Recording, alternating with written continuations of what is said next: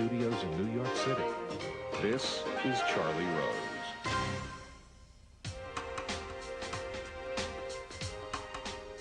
It is a good time to be Richard Serra. As Richard Lacayo noted in Time magazine, Serra has, quote, developed indisputably into one of the greatest living American artists. As a child, Serra recalls being transfixed by watching a boat float on water. Now he makes steel float on air. He says that the subject of his sculpture is the viewer's experience in walking through and around it. And he says that he is not creating static objects, but shaping space. In the early 1960s, he first began to break away from the traditional definition of sculpture. He used unconventional materials like rubber and neon and presented them on the wall. We see this in pieces like To Lift and belts. Later, he began using massive plates of rolled steel to create works such as Circuit 2 and Delineator. In the 1990s, he received wide critical acclaim and popular success for his Torque Ellipses series. Michael Kimmelman, the New York Times art critic, has described them as, quote, that rarest thing in art, something new. On June 3rd of this year, a major retrospective of Serra's work opened at the New York Museum of Modern Art. It features 27 works that span the artist's 40-year career. It includes his early works as well as monumental pieces of his late career. 3 new sculptures, Band, Sequence, and Torqued Torus Inversion, are also exhibited for the first time.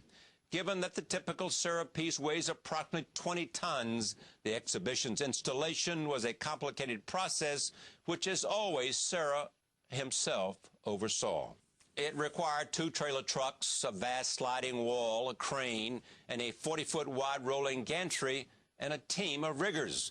One factor that was not an issue, however, was finding the right space in the museum itself.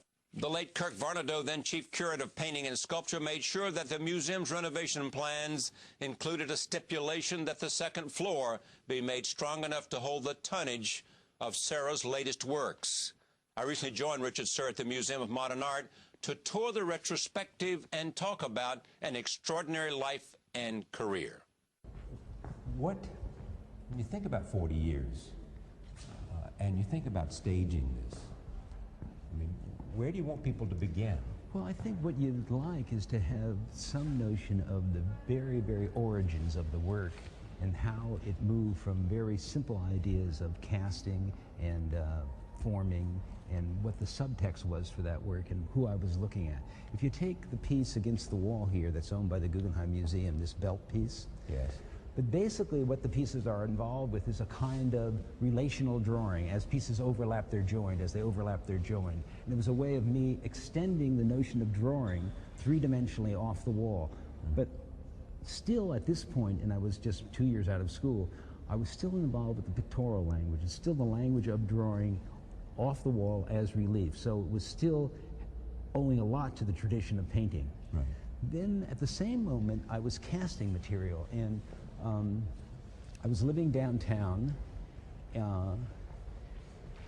and the piers nearby were being torn down, and this is the doors off the piers, and I actually cast them from those doors. And they're made out of rubber and fiberglass, and they have really the look of that time period, and even the colorization of those doors as they were made. Then, when I was telling you before, We're talking, what year is this? This is 67, 68, very early. Right. Then, at that time, I'd also written down a verb list. And that verb list involved, remember I told you there was a piece called To Lift, where I took a piece of rubber and just lifted it up? The language. Here we go. And this is just a piece of rubber that has been lifted on its edge, and it's interior and exterior. Now, we were going through a lot of process pieces at the time, right? And we were just, we'd take a roll of lead, unroll it, and roll it back up and say, is that enough? Well, some was, some wasn't. When we took the piece of rubber and just lifted it up and it held its form, I thought I could put my name on that. I could stand behind that as an idea. Yeah. And if I look back through 40 years now, I can see that this work ties into the work downstairs, but you don't do it for that reason. It's clear, I know. But had you thought about that before you saw it here? I mean, did you think No, about this? no. That's, you had never thought about the idea that there is... That's the advantage of a retrospective. To make connections you would have never thought. Yeah, but I mean, I can see that the rest of us would make that connection, but for you to make that connection... No, because you don't look over your shoulder in that way. You think you've done pieces, and it wasn't until these pieces came up and someone said, do you see connections? I said, oh, here's an obvious one. Obvious one, right. To lift. Yeah. Stunning. Now, there is this thing I read about creativity and artists and rights. There was a story that your lawyer in Germany looked at the design of what you have done, correct me if I'm wrong, of the design which this leads to whatever happens up with the torque to lips and then to sequence and to where we are now, that somehow there may be something that ought to be or could be copyrighted. Does this ring a bell with you at all? Yeah, when we first made the torque to ellipses, because it wasn't conical, like a section of a cone, if you think about it, has a long radius, if you think of a cone, right, and a short radius at the top. Larger radius at the bottom, smaller radius at the top. So let's say like a lampshade. Right. If you turn the lampshade over, you have a flower pot, right? Long radius, small radius at the bottom, larger radius on the top, right? Most architecture deals with conical sections, right? The thing about the torque ellipses is as they rise in elevation, the radius does not change. Now that hadn't happened in the history of form making before.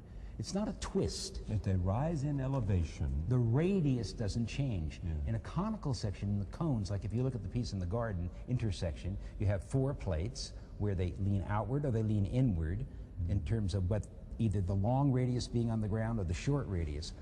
But if you think of a form rising in elevation and turning on itself, rotating on itself, without the radius changing, that hadn't been done in the history of form making.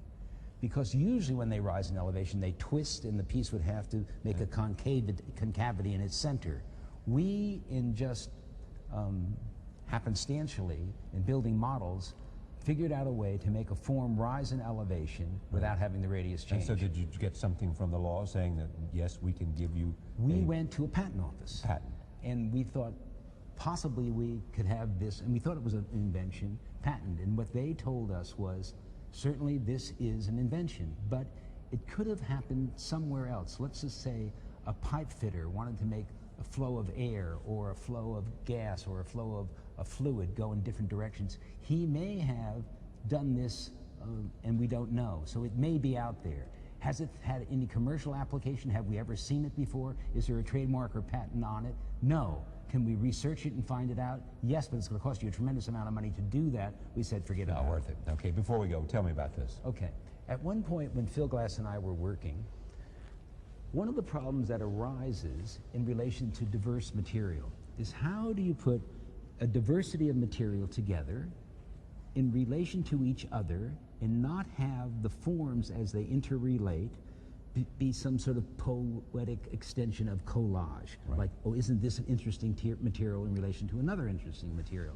And Phil and I were talking and we were working and we were thinking, now, what can we do in relationship to the diversity of material to make the spread on the field and the elevation of the field not relate to each other in terms of composition, but keep the focus on the process? So what we did is we took a plate and we laid it down underneath, and we called it a base plate, which is the measure for all of these materials.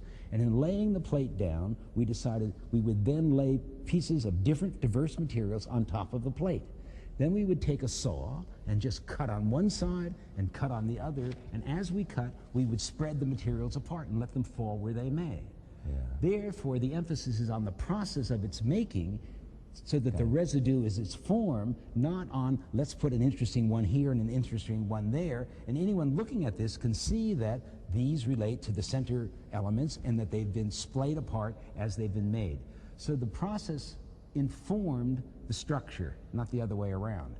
We didn't decide beforehand we would have something artfully displayed on the floor. We subjugated everything that we laid across the base plate and just cut on one side and the other. And it's interesting for me because if you're working with someone who's very smart, and Phil Glass is, he helps feed the ideas. This is Phil Glass, the musician and composer. Yeah, and we thought about this for weeks before we ever decided to get the material and go ahead. And basically, we just used material that was in the studio. But we thought, what would it be? What can we do in relation to the material to put the focus on the process? And at the time, he was very involved with the extension of process in relationship to notation, about how you could take one note and just extend it, or one phrase and extend it, or take a phrase and take it out of phase. So there was a dialogue back and forth about phrasing, about process in relation to material and its composition or non-compositional effect that we were trying to displace. And if it wasn't for Phil, this piece probably wouldn't have happened. And at that time, it flew in the face of minimalism, because minimalism was this defined object in a room. So after minimalism, this piece kind of opened up the field without pointing to the specificity of an object. This isn't a specific object. Even if that's cast, that's certainly not a specific object. That's too down and dirty to be a specific object. The Doors. Yeah. And I think the generation that I came up with was namely Bruce Nauman, Eva Hess, Bob Smithson, myself, maybe Richard Long in England.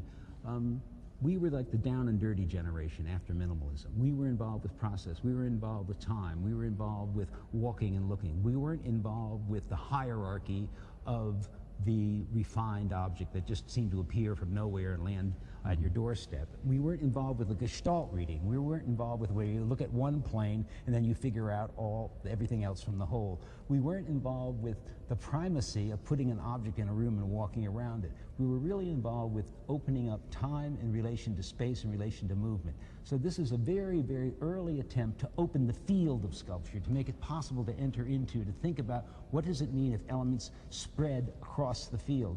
At that point, everything that was being put on the floor by other artists was really being looked at above as if it were some three-dimensional painting. Most earthworks do that. Most earthworks are looked at almost pictorially from an airplane or a helicopter, or however they shoot them, as a kind of flat plane. We wanted to make elevational spaces in relation to the potential of cutting. And if you think about this piece just as an idea, it immediately opens up the possibility of field on the floor. And this piece is probably in relation to post-minimalism, one of the key pieces. The Museum of Modern Art owns this. Philip Johnson bought it immediately and had it in his museum, and then gave it as a gift to the Museum of Modern Art. To Lift, actually, I kept. Oh, you still have it? Oh, yeah. Yes. All right, let's go into the next room where we begin to see you doing some other kinds of experimentation with balance. At the same time I was doing the Doors, though, I was casting other pieces, and this is probably one of the first or second pieces I made. Before the Doors or after the Doors? Before. Yeah. Same period, though. And we're going to see in the next room what? In the next room are the prop pieces, the pieces that were done with lead that were really about the tectonics of building. So tell me, this is... At a certain point, I was really involved with the tectonics of building. How do you hold something up without any fixed joint? And simply what I did is I took 4 sheets of lead that weighed about 250 pounds each. So you have a ton of lead leaning up. Each of these weighs 450 pounds. Yeah, so you have a ton of lead leaning up together. And it's called 1-ton prop. And I did a series of props that were self-supporting, because I didn't want to deal with the idea that you had to make something firm in terms of its ability to freestand. I wanted to get to the very foundations of building. And so I did a series of these pieces in 67, 68, 69. I went through maybe, I don't know, 30 pieces, and you have what's in this room, maybe 7 or 8 of them from that period. They've only been shown in the United States maybe once or twice, and they were shown, followed up in Dusseldorf and then once in Poland, but since then they haven't been shown. Why is that? Because of the nature of the work, because I was doing other things, because museums didn't want to put them up because of their precariousness, because their tendency to overturn, actually to knock them over, has to be safeguarded. That's why we built this railing. If you take, say, a piece like this, if you look